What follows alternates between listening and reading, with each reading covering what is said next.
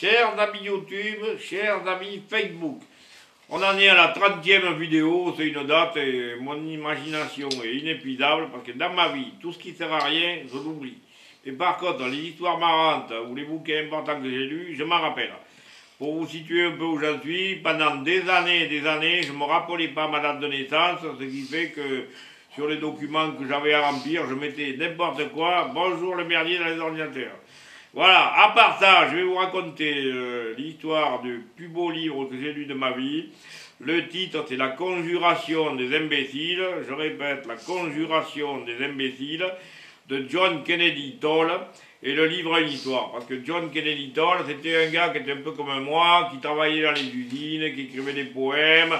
C'était un gars déjanté.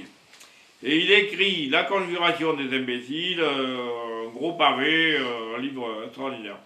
Il le présente à tous les éditeurs des États-Unis qui lui disent c'est un navet, ça vaut rien, jamais personne ne dira ça, voilà. Et John Kennedy Toole, il se suicide.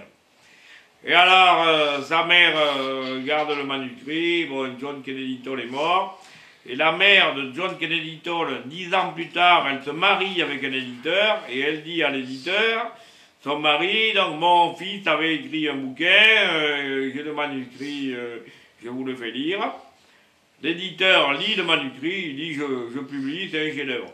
Alors le livre a été prix Pulitzer aux États-Unis, c'est l'équivalent du Nobel de littérature pour les États-Unis, à titre posthume, mais bon, John Kennedy Toole était mort. Et c'est un livre qui a été traduit dans toutes les langues du monde, même en esquimau. Et moi, ce que j'ai conclu de cette histoire, c'est que les éditeurs, c'est des barjots.